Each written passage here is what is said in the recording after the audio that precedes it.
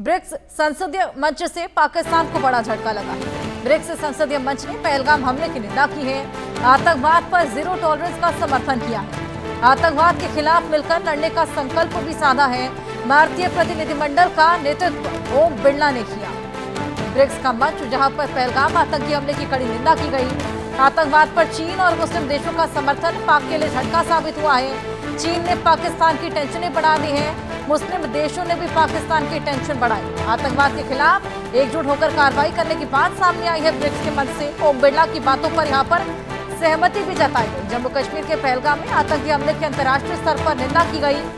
Brasilia में आयोजित BRICS संसदीय मंच से इस हमले की कड़ी निंदा करते हुए आतंकवाद के खिलाफ एकजुट होकर कार्रवाई करने का संकल्प लिया।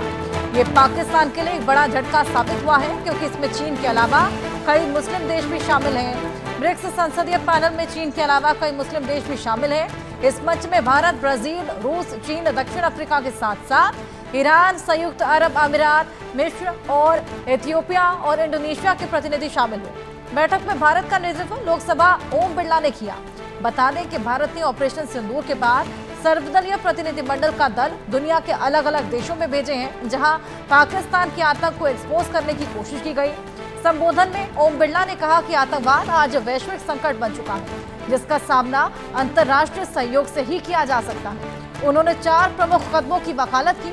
उनमें आतंकी संगठनों की आर्थिक मदद बंद करना, इंटेलिजेंस साझा करने की क्रिया को तेज करना, तकनीक के गलत इस्तेमाल को रोका जाना, साथ ही जांच और न्यायिक क्रिया में सहयोग बढ़ाने जैसे मुद्दे भी शामिल हैं। ओम बिरला की बातों को बैठक में मौजूद सभी देशों ने एकमत से स्वीकार करते हुए अंतिम घोषणा पत्र में शामिल किया।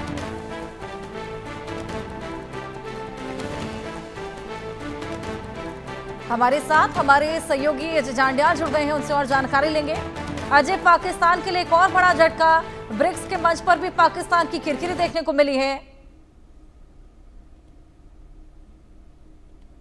ये बिल्कुल हर्षा, आप सही कह रही हैं। जिस तरीके से लगातार आप देखें तो भारत ने आतंकवाद को लेकर दुनिया के सामने ये मुद्दा उठाया है कि कैसे आतंकवाद दुनिया के लिए एक बड़ा खतरा है। उसी के बाद ये हुआ है कि ब्रिक्स सम्मेलन में जब आतंकवाद का मुद्दा उठा तो सबने पहलगाम हिंसा की जो है पहलगाम हमले की निंदा की और उसके साथ साथ ये भी कहा कि आतंकवाद के विरोध में जीरो टॉलरेंस जो है वो उसको अपनाना होगा और इसी को लेकर कहीं ना कहीं वो भारत के पक्षधर हुए। ये अपने आप में बताता है कि पाकिस्तान की किरकिरी किस तरीके से ब्रिक्स सम्मेलन में भी हो रही है।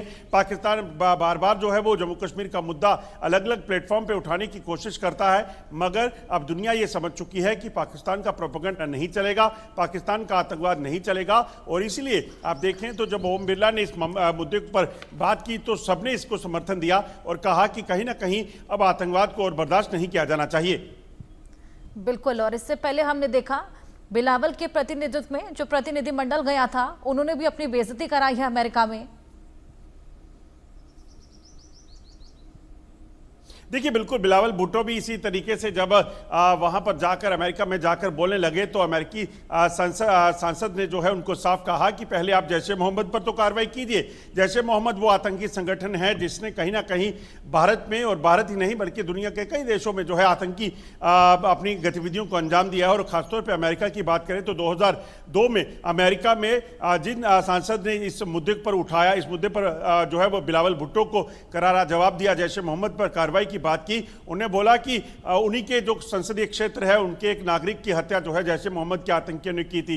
इतना ही नहीं, वो यहीं नहीं रुके, उन्होंने कहा कि आप अपने पाकिस्तान में जाकर सरकार से अफरीदी, जो डॉक्टर अफरीदी हैं, उनको छुड़ाने की बात तो कीजिए। डॉक्टर अफरीदी कौन है? डॉक्टर अफरीदी वो हैं जिन्होंने अमेरिका की उस समय मदद की थी। दरअसल जब लादेन की फैमिली को जो है वो ढूंढना था तो तब जो है लादेन की फैमिली को, परिवार को आइडेंटिफाई करने के लिए जो टेस्ट चल रहे थे उसमें डॉक्टर अफरीदी ने अमेरिका की मदद की थी। और उसी के बाद जब लादेन मारा गया तो डॉक्टर अफरीदी को उसी समय से जेल में डाल दिया गया और पाकिस्तान की कोर्ट ने जो है वो 33 साल की सजा उनको सुना दी। बिल्कुल बिल्कुल अजय, कहीं ना कहीं विश्व पटल पर अब पाकिस्तान भी एक्सपोज हो रहा है और धीरे धीरे चाइना का रोल भी सामने आ रहा है।